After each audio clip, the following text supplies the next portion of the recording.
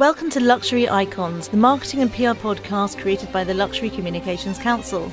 I'm Rosie Shepherd, the founder of the Luxury Communications Council, the world's only membership network dedicated to advancing the global luxury industry by uniting, supporting and championing marketing communication leaders. This podcast is dedicated to meeting some of the industry's most prolific leaders, delving into the challenges and opportunities that we face together. Welcome to Luxury Icons. I am delighted to welcome Anouska Ruane, the Chief Communications Officer at Soho House Co. Now, Anouska has one of those CVs that makes you stop in your tracks, working with disruptor brands that are at the absolute forefront of their respective fields. We are talking Disney, Tesla, Facebook, Samsung, Microsoft, all global director-level communication roles, all at pivotal moments in the brand's journeys. In 2021, Anouska became the Global Director of Group Communications at Soho House, where her impact was swiftly recognised, and within 2 years she was promoted to Chief Communications Officer. In this role, she oversees communication, marketing and ESG for the group's corporate brand, as well as the extensive portfolio of 42 houses worldwide and associated brands Soho Home and Soho Works. She also played a pivotal role in the process of taking the brand to IPO on the New York Stock Exchange. And she is a huge supportive member of the Luxury Communications Council, so one of my absolute favourites. Anouska, welcome to Luxury Communications Council, Luxury Icons. Huge thank you for joining us. Thank you for your time. I'm so honoured because I actually hadn't realised this is your first ever interview. It is. I only realised that when you and I talked about doing this. And I probably have that somewhat maybe old-fashioned perspective that a good comms person usually stays behind the camera, or in this case, behind the microphone, and so have never given an interview or a profile. In fact, even when I very graciously get nominated or get awarded one of those top people in something, I rarely fill out the column. I rarely fill out the questionnaire. I usually elusive. just maybe send a photograph and that's about it. So, yes. Testament to our very professional honoured. and personal relationship, Rosie. Oh, I'm delighted to have you here. But also, I think it gets to a point in your career where you are very much top of your game, and now people want to learn from you, and people are really interested in how you've, progressed in your journey. So I think it's now, kind. it seems the time to do it. Well, so thank you. Well, and actually, speaking of, let's start from exactly that, your role right now. What exactly does a Chief Communications Officer in your case entail? It covers 3 main fundamentals, I suppose. Earned media, it's more traditional PR, you might say, but then also our digital channels, so our social platforms, our web channels, our app, and then finally our ESG program as well, which is called House Foundations, and is everything from how we leave a better footprint through our operations in the environment, what we do in society and how we support the communities and the neighbourhoods in which we have houses and where our members are. Oh, wonderful. Well, lots of people won't know about that, so that's really good to hear, and perhaps we can talk a bit more about it later. So you have this outstanding CV I mentioned in my introduction, all these incredible disruptor brands that you've worked for. I mean, it's phenomenal. But we noticed that the hospitality industry isn't there. So what was Soho House thinking when they were sort of looking at your CV? What were they trying to unlock in all that amazing experience to then bring you to the leadership team? All of those brands at the times that I joined were highly entrepreneurial, going through a period of real transformation and change. And all of that is where Soho House found itself nearly 4 years ago, on the cusp of an IPO, a footprint that was largely based in the UK and in North America, a founder-led company that also was about to sort of go through a change in sort of leadership. So whilst not a direct mirror image of industry, actually a lot of the change and internal direction that the company was facing and was about to sort of embark on over the next 5-10 years was really what I'd been doing for the last 15. Plus the fact, actually, that I've been a member at Soho House for 20 years. So it was sort of dream come true in the end. Oh gosh, and they're so lucky to have you, frankly. Like, lovely. Let's think about other sort of experiences in your career. So what have been the sort of proudest moments and your, I guess, your personal highlights? the times that I was at some of these companies were really proud moments for what the brand was, achieving and delivering, as well as the incredible change and what that change would lead to. And so I'll give you some examples. When I was at Microsoft, I worked specifically for the Xbox brand, and Xbox was sort of treated like a very close family relative, maybe like a distant cousin from the mothership that was Microsoft, which came with a lot of benefit, which was that we were largely left, to our own devices to sort of, create and innovate. And we had a real playfulness. And, the Xbox and Kinect console today is still, I believe, the fastest selling console and accessory to date.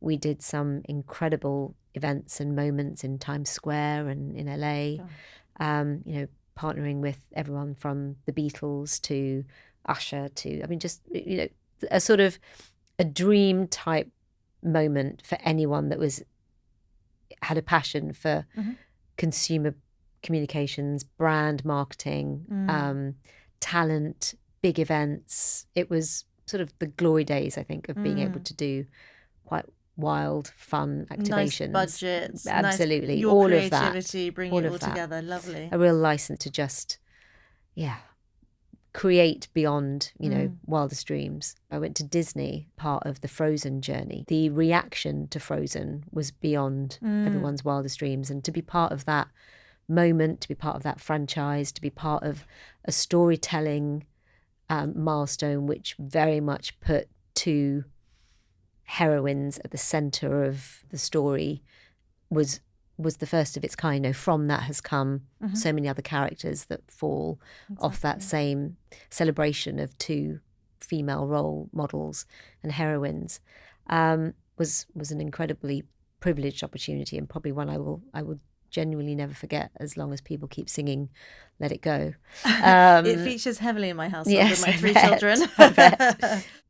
Facebook, again, sort of at a time when the company was acquiring Instagram, WhatsApp, Oculus. We created Workplace whilst I was there. To then Tesla launching the Model 3, having the opportunity to have, a seat in the rocket ship, not literally, with Elon was, a real privilege. You were working with him directly? We did for the Model 3, which we launched in, I was responsible for EMEA, but our global moment when we launched the Model 3 was in California, on the SpaceX lot, which was incredible. Well, I guess all to say, your career has been extraordinary, and it is one of those ones that really, really stands out. But I mean, we do talk to lots of people in the industry, and they all seem to sort of have their own, I guess, superpower. Some are sort of driving innovation through creativity, some are doing it through sort of just, well, frankly, sheer determination, and some of them are really looking to contribute to the wider sector as a whole. Do you have a superpower? Do you? What's the secret to this incredible sort of lineage of success?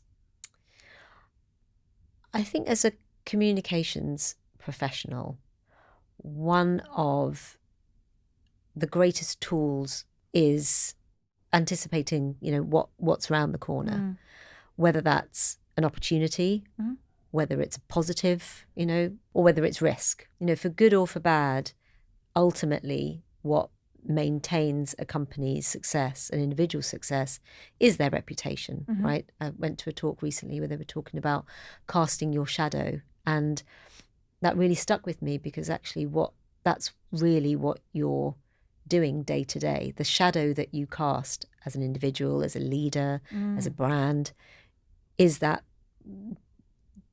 reminder of who you are and what you stand for, and ultimately your reputation. Well, very wise words, and something we should all be thinking about probably a bit more.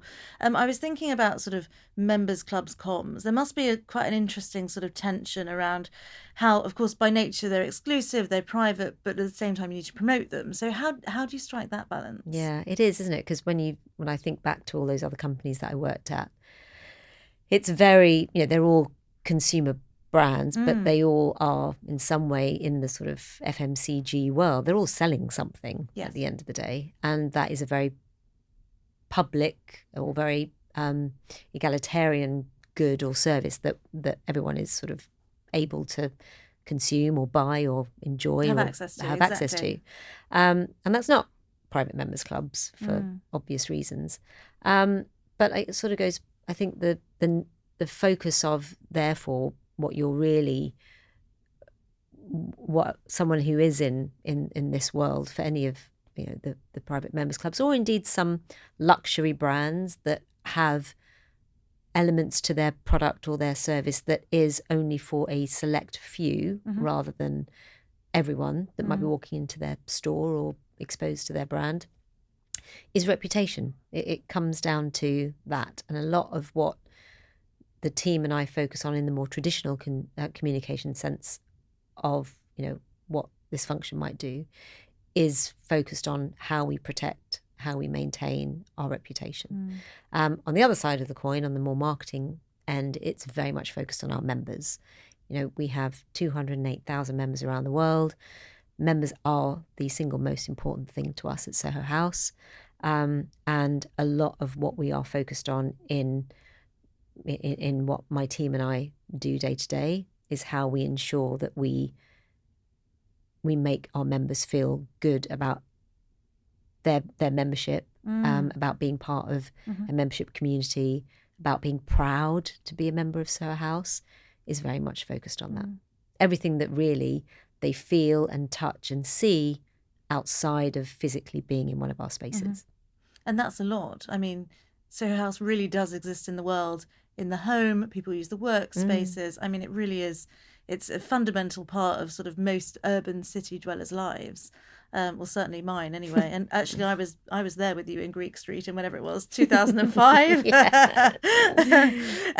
So looking, I guess, at the sector as a whole, members clubs do receive criticism, as we mentioned, for this sort of exclusive elite nature. But actually, in times of economic crisis and economic uncertainty, it's actually really interesting to see how they almost become a bit of a safe haven, and people want to sort of retreat to their safe spaces for reinsurance, and they become even more popular than ever.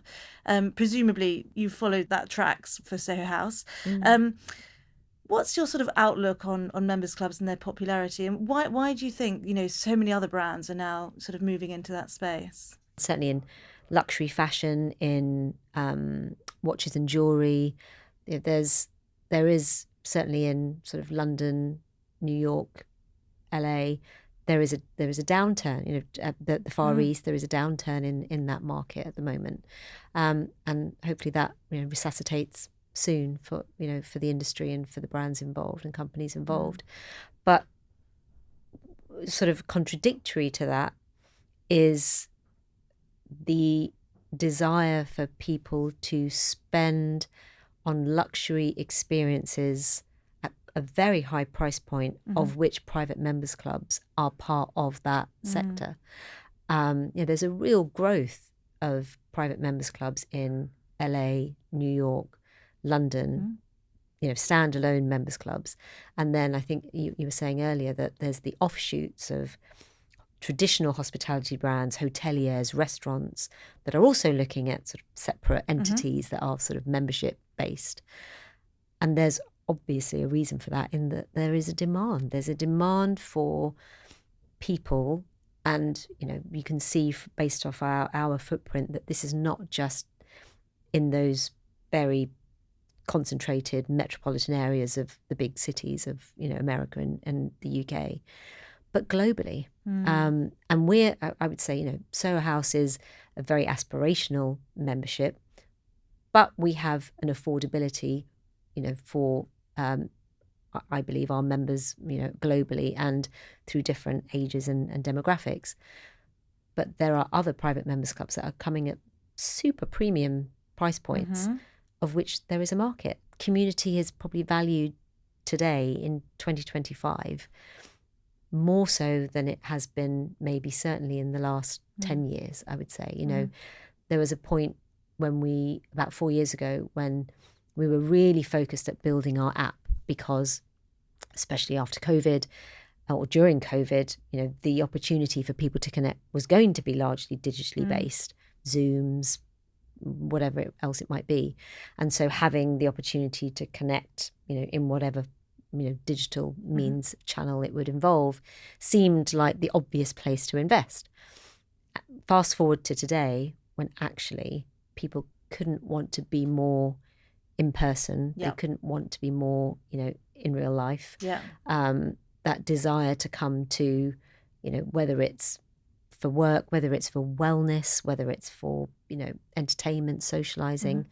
There is a huge appetite for people to gather in safe spaces, particularly. And I think we're very fortunate that Soho House has always been that. So we're not changing what we did or why we created Soho House 30 years ago.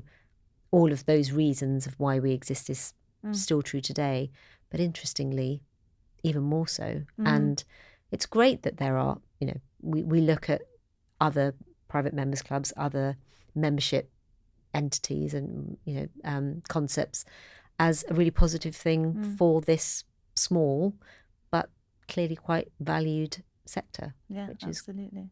There's also something interesting about people finding their people within those spaces, because, there's different, not always, but there's often sort of different interest areas that sort of attract different crowds. You guys were broad in the sense that it was the creative industry, but, that is still very much a sort of marker of someone's identity being in that space. And it's, and it feeds into both professional and personal and I guess, even psychological sort of, moments in their lives. So it's, anyway, it's obviously hugely valuable. And in many ways, it's been said before, but, we've talked about sort of the decline of religion, sort of the more introduced to the more nuclear family, we don't have those extended communities. I mean, I barely know my neighbours, maybe, either side, to talk about plumbing issues every so often. That was as far as it goes.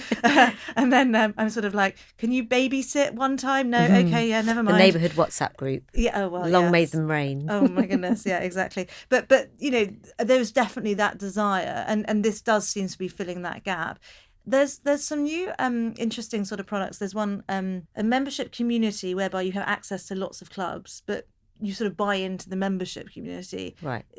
And then you have sort of a number of different passes to a number of different clubs, but it's great for travellers and da-da-da-da. So I'm wondering if, it's a bit like a sort of Airbnb. You then got companies that then helped you run your Airbnbs. I wonder if there's then now going to be like this sort of additional layer of sort of, I guess, tech or indeed, concepts that then feed into the sort of popularity of members clubs. Be interesting. We'll see. Yeah. But you're right. I think that, what business models like that are responding to is the opportunity for you to discover communities and connect with interests or like-minded people or professionals that otherwise you might have to make a bet on a club or a community to try and find. It's the sort of spread betting version of that. Let's find your tribe. Yes. Yes, exactly. Yeah.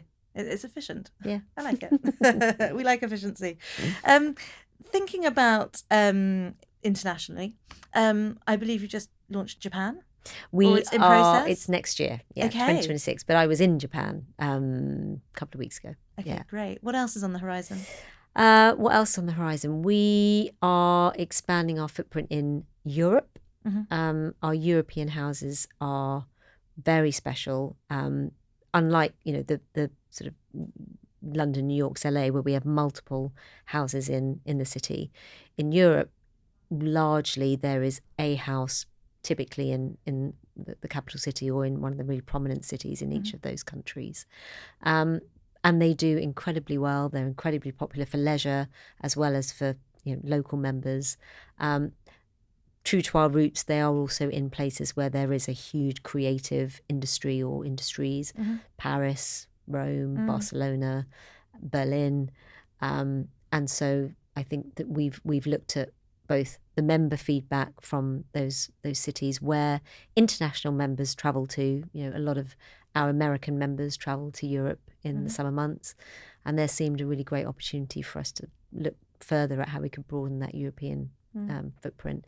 So we have another house opening in Barcelona at the end of this year, and I think everyone is very excited about our second Soho farmhouse, which opens Yes. in Ibiza in the summer. Oh, we are all very excited about that. Sign me up. With this expansion, how do you reconcile the idea of exclusivity sort of during this process? What's your perspective on maintaining this sort of brand integrity whilst also doing this rapid expansion? It's a perennial question that we have been asked over the last 4 years, that I've been asked over the last 4 years. And it's counterintuitive, isn't it? How does a private members club that is now a public company expand and maintain the very nature of its identity, its reason for being, which is exclusivity? But if you sort of take away, before we get to the most recent 4 years of us being public, that Soho House has grown over 25 years, and done so in a way that didn't in any way deteriorate what we offered, maintained, the desire from people wanting to be a member, grew a membership base over all of that time, have maintained, an incredibly high retention across our membership. But it goes to show that as we scaled, as we grew, members only valued the fact that their membership got exponentially, the benefit of their membership got exponentially greater the more we sort of opened houses or created brand extensions or more benefits for members. And that's we haven't changed any of that in the last 4 years. I think the spotlight on being a public company raised that question more than it was ever asked of us beforehand. I'm sure, yeah. But, when we opened Babington House, which was our second house our second house after Greek Street, members didn't say, oh no, it's all going to go, to pot because you've opened another house. If anything, it was great. I've got somewhere to go in the country. Yeah. Same was true with the Electric. Same was true with New York. Same was true with LA. By the time we got to 2021, which is the year that we IPO'd, I think we had around 20 plus houses, maybe more, 20, 25 houses.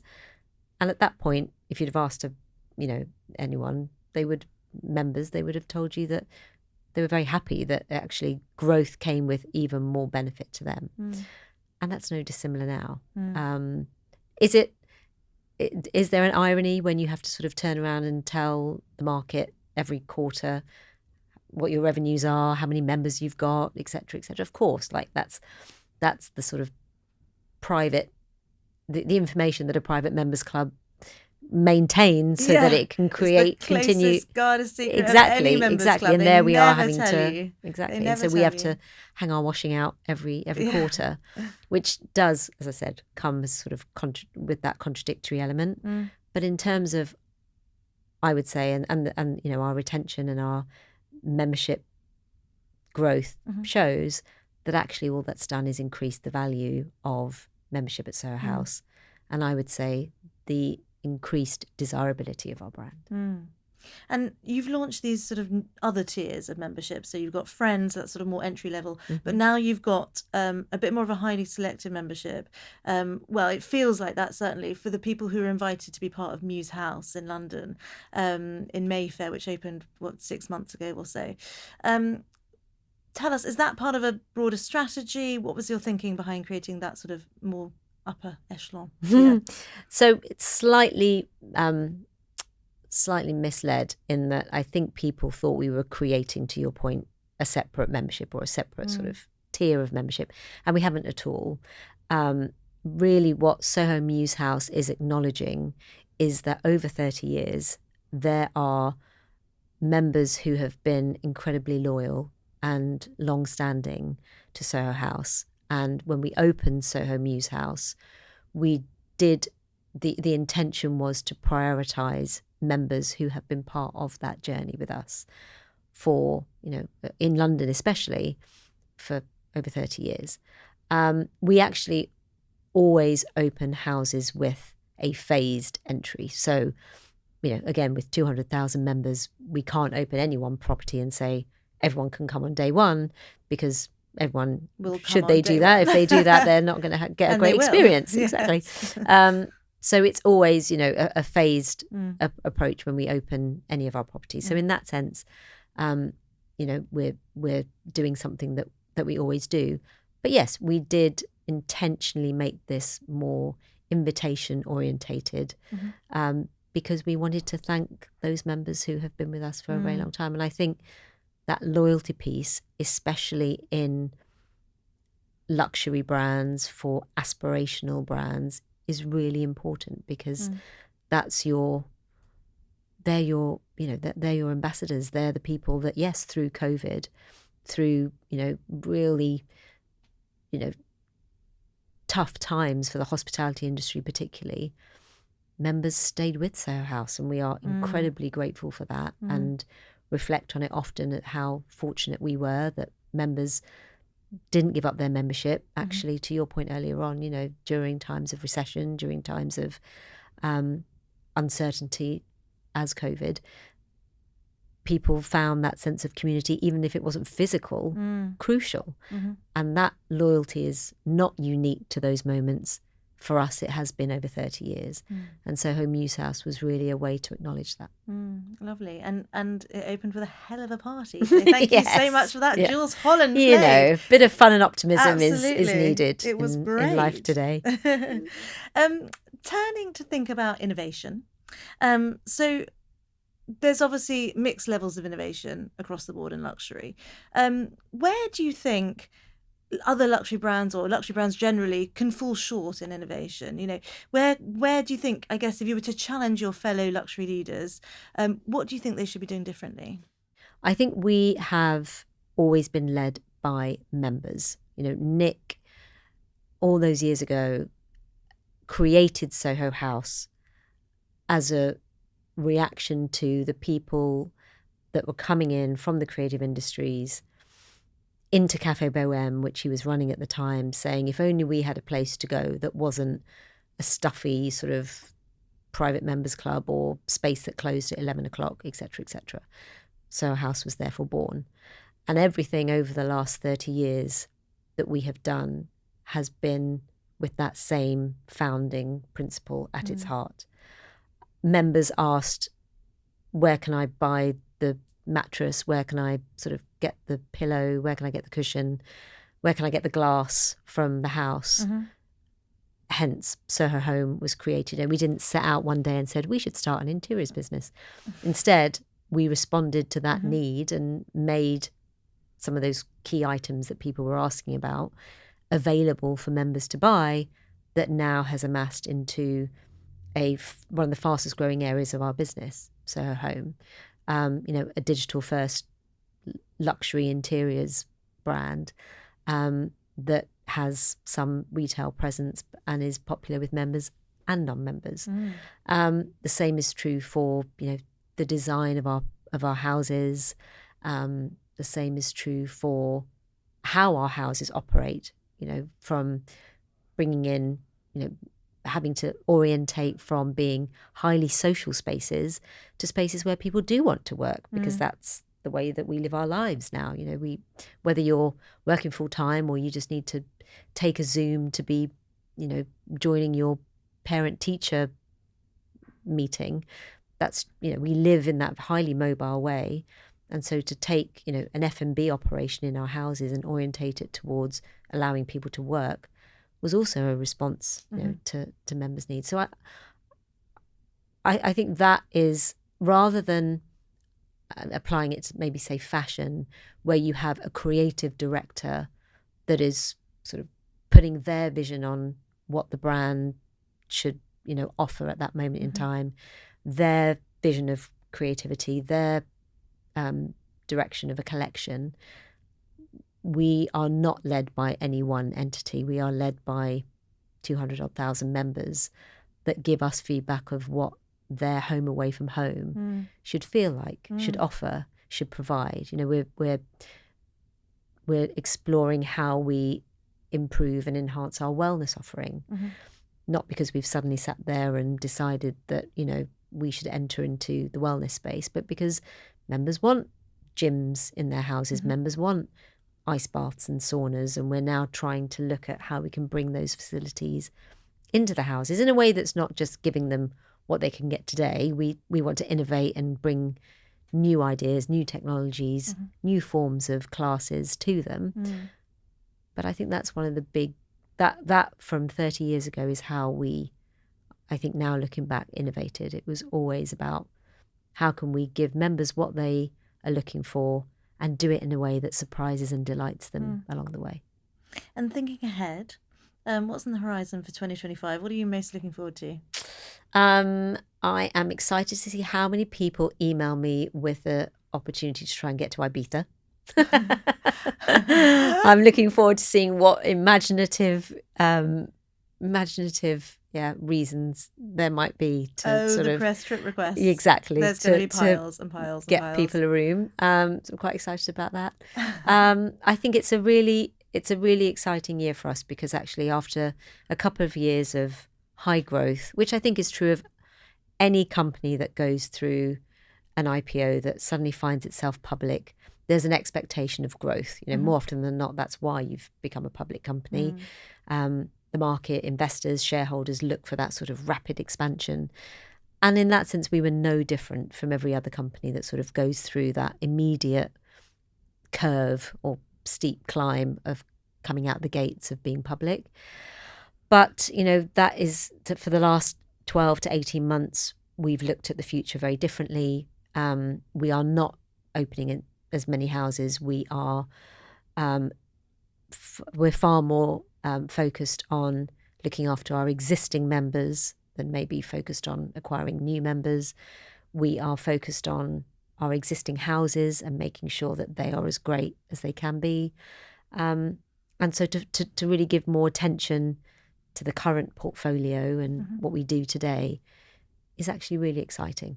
And doing so in a way that still surprises and delights, like I said before, our members, with some new sexy things that will come later on in the year. Oh, great. We love sexy things. Really looking forward to that.